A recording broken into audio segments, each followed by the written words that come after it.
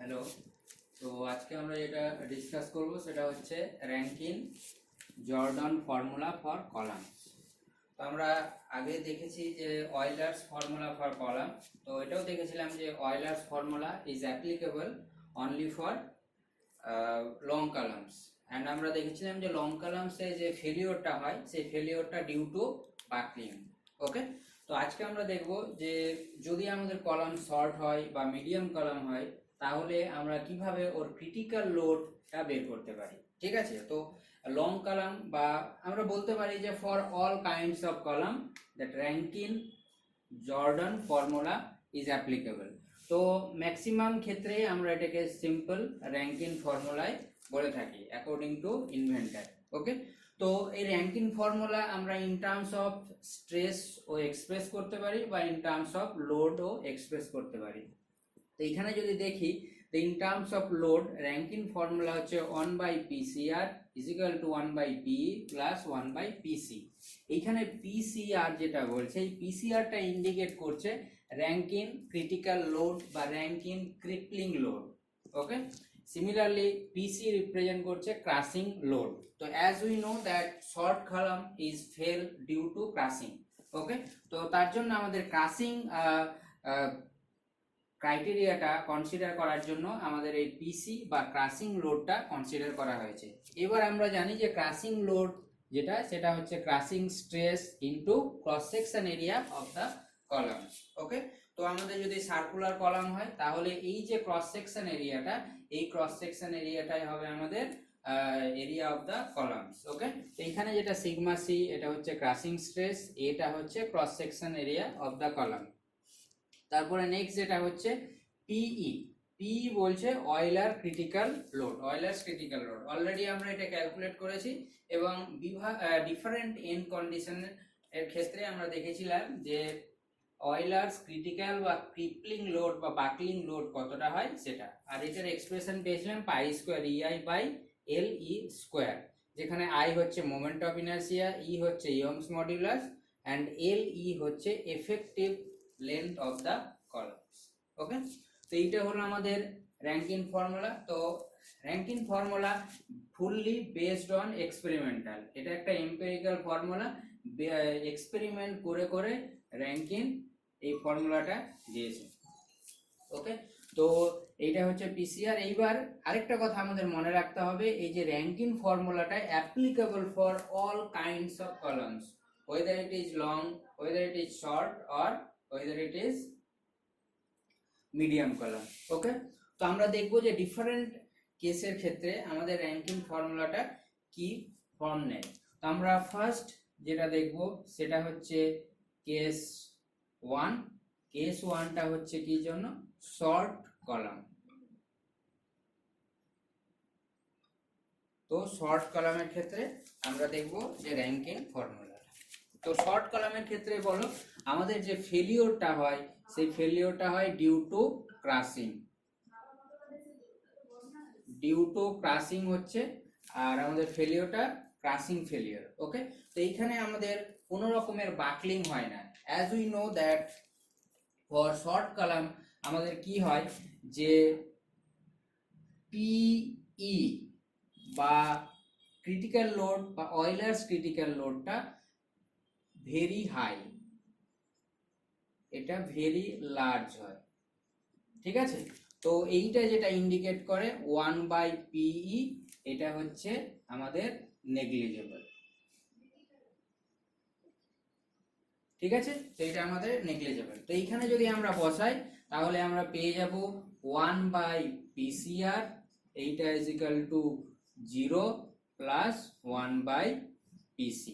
তো এইখান থেকে আমরা লিখতে পারি যে PCR is equal to PC, মানে হচ্ছে যে র্যাঙ্কিনস ক্রিটিক্যাল লোড যেটা হবে সেটা ইকুয়াল টু ক্রাসিং লোড বা ক্রিটিক্যাল ক্রাসিং লোড। ওকে, তো এটা হলো শর্ট কলামের ক্ষেত্রে।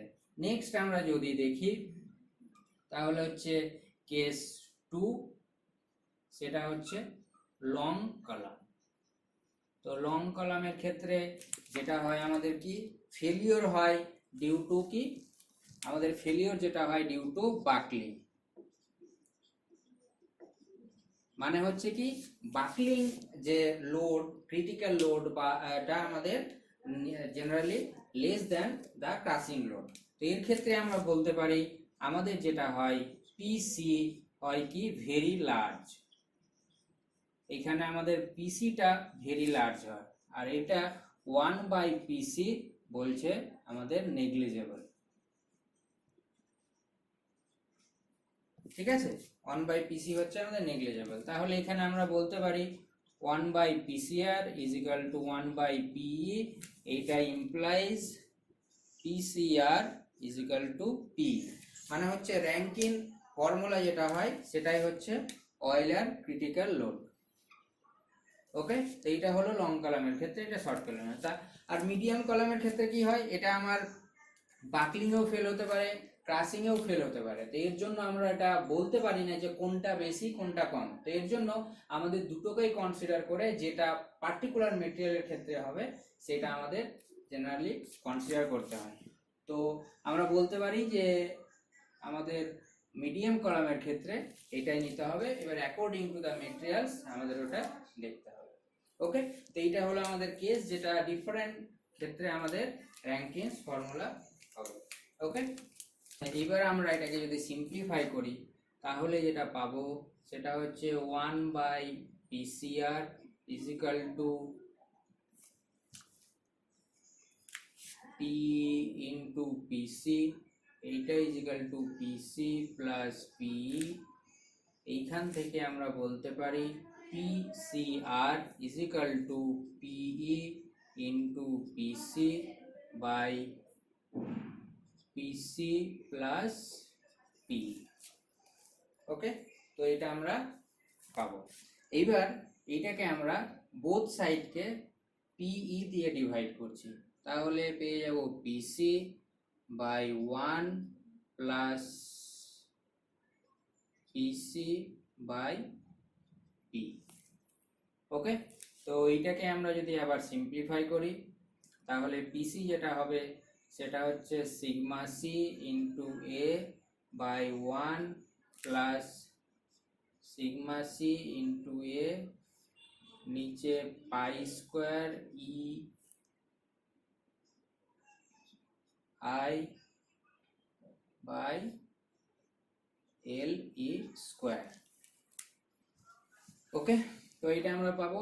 এখানে আমরা লিখতে পারি আবার যে আই ইজ ইকুয়াল টু আমরা জানি sigma C into A by 1 plus sigma C into A into L squared by pi squared E into A K squared. Okay, তো এইখানে দেখো আমাদের যেটা হবে সেটা হচ্ছে এই এ ক্যান্সেল হয়ে যাবে। তো এটাকে আবার যদি আমরা সিম্পলিফাই করি তাহলে আমরা পেয়ে যাব PCR is equal to sigma C by 1 plus sigma C by pi squared E into L E squared by K square.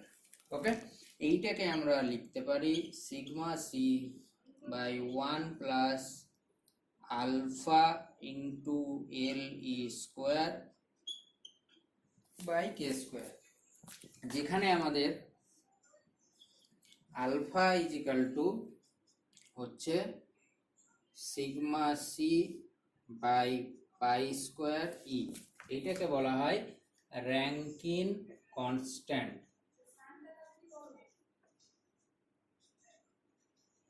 এটাকে বলা হচ্ছে Rankine constant.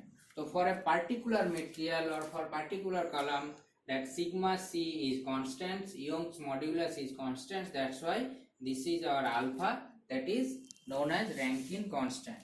So we can write this as a PCR